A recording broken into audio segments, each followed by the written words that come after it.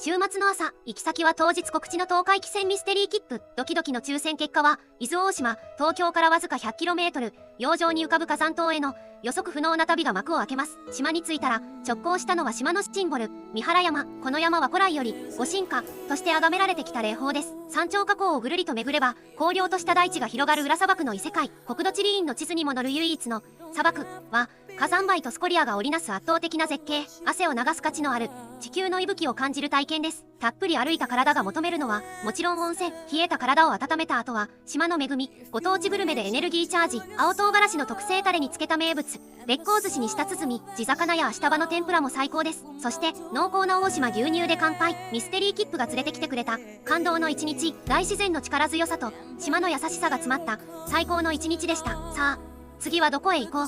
伊豆大島。ぜひあなたも詳しくは本編も見てね。